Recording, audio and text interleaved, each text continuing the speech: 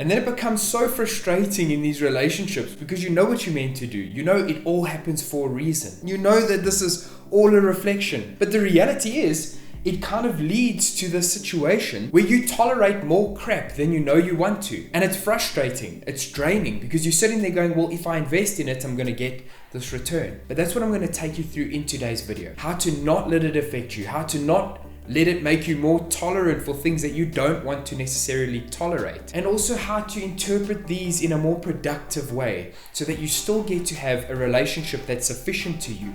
And I'm really excited to break these things down, dive into it for you, and I hope that it can help you expand on your spiritual relationships with other people. What's up, you guys? My name is Mitch, and I like to take spirituality, break it down, and make it practical so that you can start applying it in your day-to-day lives in a logical, applicable way and manifest the dream life you've always wanted. And one of the big parts about that are your relationships, not just romantic, but with other people in your life. And a lot of the time, spirituality takes care of it for you. Now, in my personal example, there was a friend of mine who I was very close to, and once I had the spiritual awakening, we were just on a different frequency, and so the relationship fizzled out by itself. And that happens in a lot of places when you become spiritual, but some of the places it doesn't. Sometimes you have relationships where people are extremely dependent on you and what you bring to the table, that they don't just sizzle out, and they move from being a good reflection to almost a leech, and they start to suck out that good energy. And that's what I want to show you how to shift. That's really important in today's video. But most importantly and most exciting, I want to take you through point number 3, and that's to honor your authenticity. And when we get there, it's all going to make so much sense why relationships aren't what they should have been or what we thought they would be after understanding spiritual concepts. And that is something that's really going to help you move forward in your relationship. So stick around until then. And if you're excited for this, make sure to hit the like button, subscribe to the channel so you don't miss another upload. I look forward to seeing you in the comment section. For those of you who don't know, I respond to every single comment. So first, I want to break down the spiritual mindset that we get into. And I want to see if you relate to this, because this is going to sort of tell you if these are the problems you've been having in your relationship. If you're somebody who's gotten onto spirituality or had a spiritual awakening, you sort of get into that energy that everything happens for a reason, and you always know that that reason is for your internal greater goodness. So you know it's serving a purpose for you to upgrade. And we have this mindset in a relationship, and we relate to people that way and say, well, things aren't happening the way that I would like them to, and you start to accept that. You go, well, it's purpose. It's a spiritual reason to bring me closer to everything I've wanted. And that starts to be one of the first reasons we tolerate not being treated well. The next thing is we get into being forgiving, because we know that forgiveness is the authentic state of self to be in, and holding a grudge is poisonous. So we forgive the wrongdoings. But what that also teaches a person who is in an egotistical mindset is, it doesn't really matter because everything I do is always let go. It's not a problem. And that starts to become toxic in its own way. So this starts to become a struggle too. How do you forgive to a point where you're doing the authentic and good thing, but at the same time, not enough so that people can walk all over you? And we're going to dive into that, and that's got a lot to do with that authenticity point I mentioned a little bit earlier. And then we also go, well, it's all a reflection of me. There's a lesson in it. I can learn, okay, there's a reflection. But what is that reflection of? Them not accepting my gift or being unkind about what I've done for them and neglecting me. What is the lesson there? I thought I've been really appreciating them. And we get stuck in these loops of trying to figure out what the lesson is. What is the reflection of? And that leads us into this one point of, okay, well, I'm manifesting it because it's a reflection of my state of self. Now I've got more shadow work to do, and you've got to go more into this introspective dive to fix yourself. Now, all of that makes you tolerate somebody who's not going to deliver on their end of the deal with the relationship. It makes you very tolerant for people taking advantage, because it's difficult to define the line between authenticity and goodness and spirituality and tolerating something that might not be accurate. Now, I must just say this. Everything is a reflection, and it is a lesson, and all of these points stand true. Nothing about that has changed.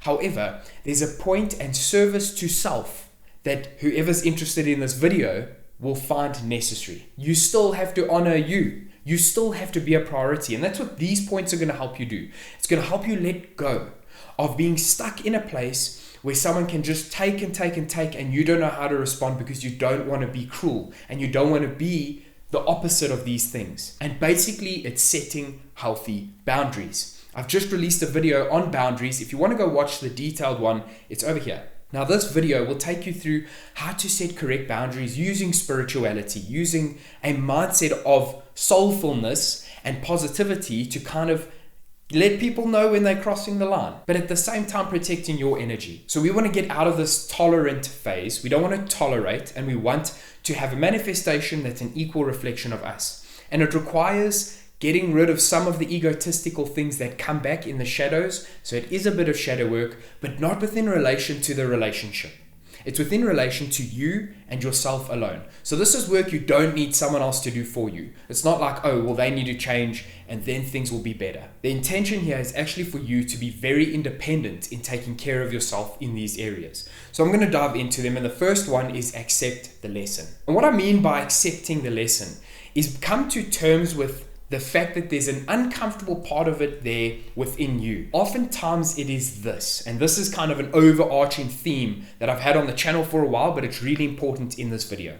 It's not only about treating others the way you want to be treated, but also about treating yourself the way you want others to treat you. You also have to be the receiver of the energy you're sending out. You have to do that for yourself. For example, if you go out with people and they don't necessarily want to go to a certain restaurant because someone wants to eat gluten-free food and someone wants vegan food. I'm not knocking the gluten intolerant and the vegans. I'm just saying it might not be what you really feel like doing. You might want that juicy burger or that really oily pizza, whatever it is. There's a part of you that's been neglected by serving them. And you're okay to do that because you understand it's not really the end of the world. But in the same way you want to give them the kindness of going to the restaurant or a place that they can eat and they have fun, you need to have the kindness for yourself. And that part of that lesson is to go, well, then I'm not necessarily always going to join. I'm going to go with them this time, but next time I'm going to the restaurant. And if they don't want to come, that's on them. They could just come and have a drink. They don't necessarily need to eat. There are compromises they can make. And it's not about forcing them to do it, but it's about sticking true to your lesson in it. Okay, I don't feel really good about only serving them. Only going to vegan, non-gluten special restaurants is not my vibe. It's really pricey. It's not the food I enjoy. It's always cramped. Whatever your reasons are, realize your discomfort and the inauthentic space that you are in that you don't want to serve. And you have to see that for what it is, which is a compromise of yourself. And you can do that healthily. You have to have this boundary for yourself. You don't always compromise. You shouldn't always sacrifice. You should give some juice to you. You deserve the good energy that you're giving out to them. So when you want to go to a restaurant, it's about giving yourself that full permission like you would for your friends. Treat yourself the way you want them to treat you. Wherever something feels uncomfortable in terms of a compromise, you are taking from you and giving to them. And what it is an indication of every single time is that there's a part of you that is not satisfying you anymore.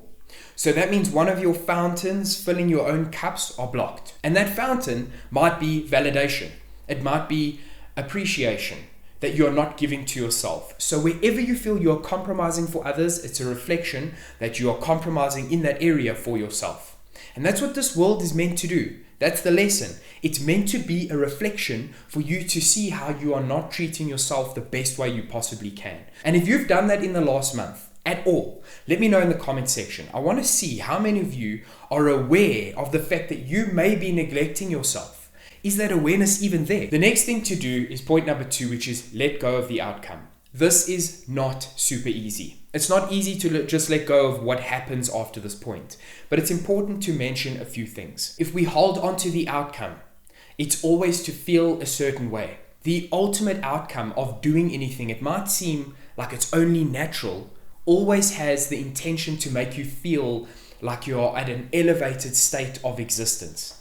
So this elevated state of existence is what I was technically referring to by saying you have to accept the lesson, that there's something you're not doing for yourself.